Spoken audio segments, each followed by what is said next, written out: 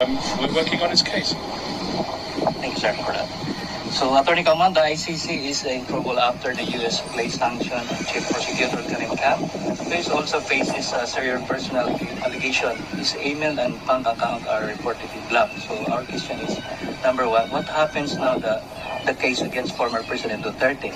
And number two, if the Chief Prosecutor can't do his job, who will handle the case? And number three, and how should the Philippine government deal with this, knowing the ICC is being questioned and the U.S. is against it?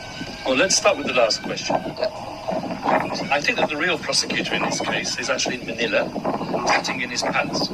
He's the person who threw President Duterte over here to The Hague. He's the person who used the office of the prosecutor as a tool in his political campaign, and it won't work.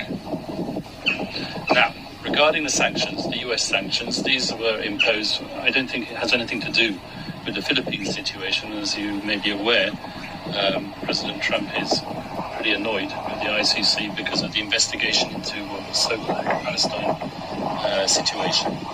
And he has said, quite frankly, that anyone who targets the United States, who targets United States allies, for all intents and purposes, that is Israel, Prime Minister Netanyahu, they will be subject to sanctions.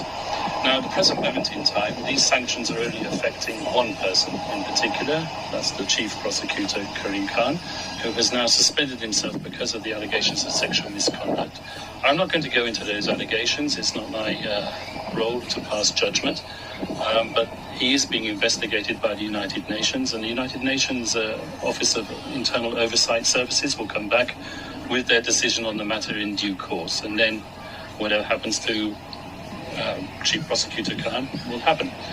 But the person who is handling the case at the moment is the Deputy Prosecutor, that's Mame Niang, and he has overall control of the case, and he's the person who is now signing off on the documents in President Duterte's case.